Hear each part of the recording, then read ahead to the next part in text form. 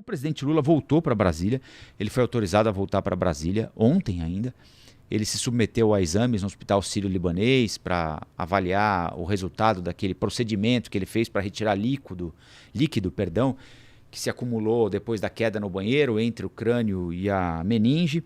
Fez o procedimento, teve de fazer um outro procedimento depois, recebeu alta, orientação para permanecer em São Paulo, ficou em São Paulo ontem. Ele foi autorizado a voltar para Brasília, não podia viajar de avião ainda, voltou para Brasília e hoje participou de uma reunião com 38 ministros. 38 ministros. E, bom, a notícia dos últimos dias tem sido o agito do mercado, pelo menos aquela que vem de Brasília, né? Claro, tem muitos outros assuntos importantes no mundo, graças a Deus a gente não vive só desse nhen-nhen-nhen de Brasília, né? Mas tem alguns nhen-nhen-nhens que afetam a nossa vida diretamente, um deles é o preço do dólar, né? Tem impacto direto na inflação aqui, preço das coisas, alimento inclusive, o agro usa muito insumo importado, comprado em dólar para plantio, criação de rebanhos aqui no Brasil. Então o preço do soja, aí todo mundo fala pãozinho, não sei o que, trigo, né? Por isso que muita gente diz, o preço do dólar interfere aqui, parece uma coisa meio distante, mas não é tão distante assim. E foi a semana inteira em torno desse agito, né? Vai para 6 e quanto, passou de 6,30. De ontem para hoje, a coisa acalmou um pouquinho. Está longe ainda de voltar para aquele se é que vai voltar em algum momento, né? Para aquele patamar anterior, mas chegou aos absurdos 6,30 nos últimos dias. Hoje fechou em 6,06. O Banco Central colocou dólar no mercado, é a tal da lei da oferta e da procura. Quanto mais dólar, 7 em tese, bilhões, né? mais barato fica a moeda. Você tem mais dólar no mercado, porque o dólar sobe, porque estão tirando o dólar daqui por uma série de razões. Então o Banco Central vem e tenta encharcar, irrigar o mercado com dólares para diminuir um pouquinho a pressão sobre a moeda. O dólar fechou a 6, ele não fechou. Exatamente. O dólar fechou na casa dos 6,06 depois desses leilões. Hoje, houve uma tentativa. Ontem nós falávamos aqui com o Vinícius Custódio, né? Houve uma entrevista conjunta do do atual presidente do Banco Central, Roberto Campos Neto, que está saindo do cargo para ser substituído pelo Gabriel Galípolo, agora dia 1º de janeiro. O Roberto Campos Neto fez um balanço do mandato dele na presidência do Banco Central e chamou o Gabriel Galípolo para participar. E eles trocaram figurinha, muita gente entendeu aquele diálogo entre eles aí durante a entrevista como algo muito saudável, mostrando entrosamento, significando confiança entre ambos e mais do que isso, que uma determinada linha de trabalho não iria ser quebrada por uma ou outra razão. Qual é a razão? O presidente da República, que de alguma maneira se considera, ou em algumas ocasiões mostrou a intenção de se apresentar como o pai da indicação e, consequentemente, o tutor do futuro presidente do Banco Central. O Banco Central é independente. Muita gente temia o seguinte, lá vem o Lula, agora vai querer meter a mão no Banco Central. O que ele queria com o Campos Neto, não conseguiu, por isso passou os 2 anos de mandato xingando o Campos Neto, agora ele colocou alguém dele lá. Banco Central está sob guarda-chuva da presidência da República, o que é péssimo para a economia brasileira.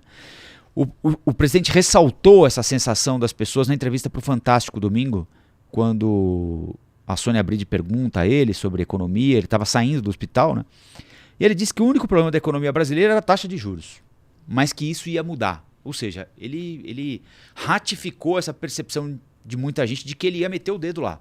De um jeito ou de outro, ele ia meter o dedo onde não deve, né? É porque nunca é bem vista essa história. Exatamente. Né? Tem independência do Banco Central, Exatamente. É uma unanimidade. Exatamente. Está aprovado em lei, inclusive. Isso é lei, não tem... Né? Hoje, o presidente Lula gravou um vídeo que a gente vai mostrar para vocês agora para tentar desfazer essa percepção de que ele será uma espécie de tutor do presidente do Banco Central. Querida ministra Simone, querido ministro Haddad e querido ministro Rui Costa. Não sei se vocês já se deram conta por que é que eu estou fazendo essa pequena conversa com vocês. É que hoje nós estamos oferecendo um presente, uma novidade ao Brasil. esse jovem chamado Galípolo está assumindo a presidência do Banco Central. E eu queria dizer para o Galípolo que seguimos mais convictos que nunca que a estabilidade econômica e o combate à inflação são as coisas mais importantes para proteger o salário e o poder de compra das famílias brasileiras. Tomamos as medidas necessárias para proteger a nova regra fiscal e seguiremos atentos à necessidade de novas medidas. O Brasil é guiado por instituições fortes e independentes que trabalham em harmonia para avançar com responsabilidade. Eu queria, Galípolo, dizer para você uma coisa muito importante. Eu quero que você saiba que você está aqui por uma relação de confiança minha e de toda a equipe do governo.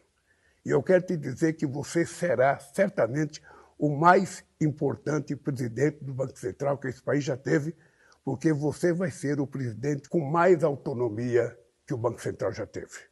Porque eu tenho certeza que pela tua qualidade profissional, pela tua experiência de vida e pelo teu compromisso com o povo brasileiro, certamente você vai dar, sabe, uma lição de como é que se governa o Banco Central com a verdadeira autonomia.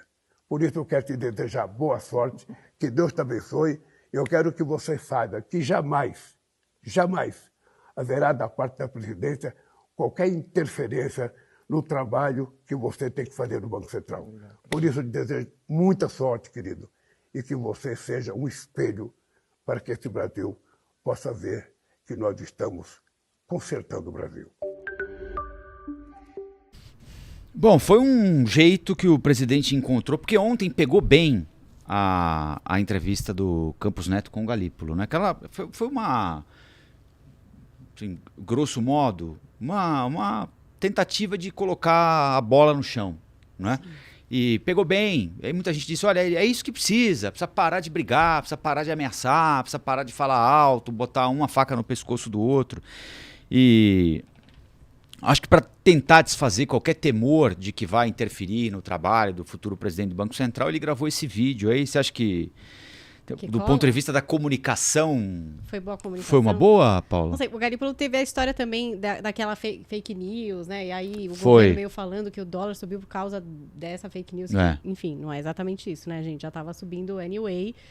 Mas também o Galípolo respondeu um pouco em relação a isso, não foi? Já meio que endereçou, também botou a bola no chão.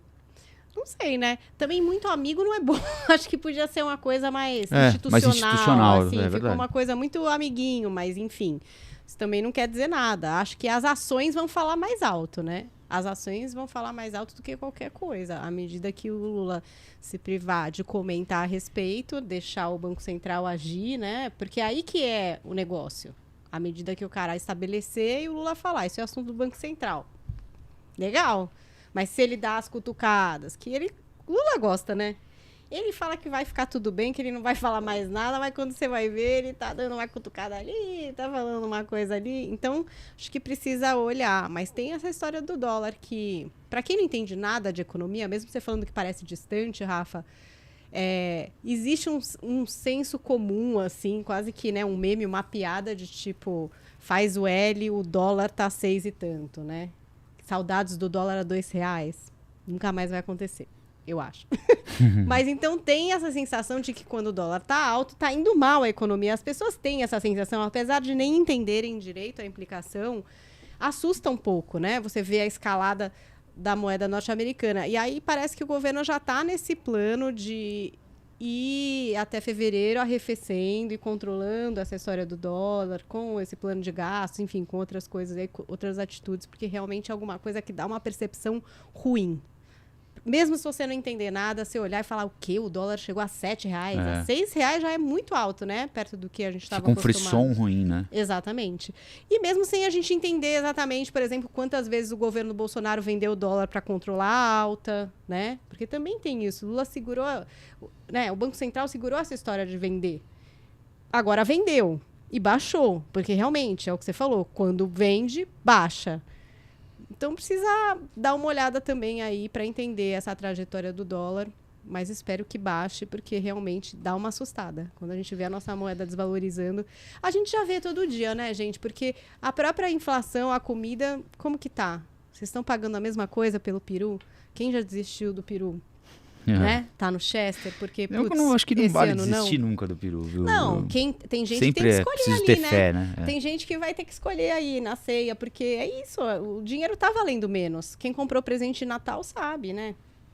Então, você vê o dólar escalando, mesmo que você não vá usar dólar, é o que o Rafa falou, acaba implicando aí em várias decisões econômicas e refletindo no preço das coisas para o consumidor final. Sei lá, eu acho que foi muito amiguinho demais. Eu preferiria uma coisa mais institucional, mas o Lula também gosta, né, dessa coisa mais amigável. Não sei. Enfim, vamos esperar aguardar. Pra ver. Vamos orar. Todos têm um juízo, porque no final das contas eles dão um jeito de se preservar e quem paga o pato somos nós, né? Exato. Quando as coisas, enfim, pioram demais, fica esse clima azedo, ruim, né?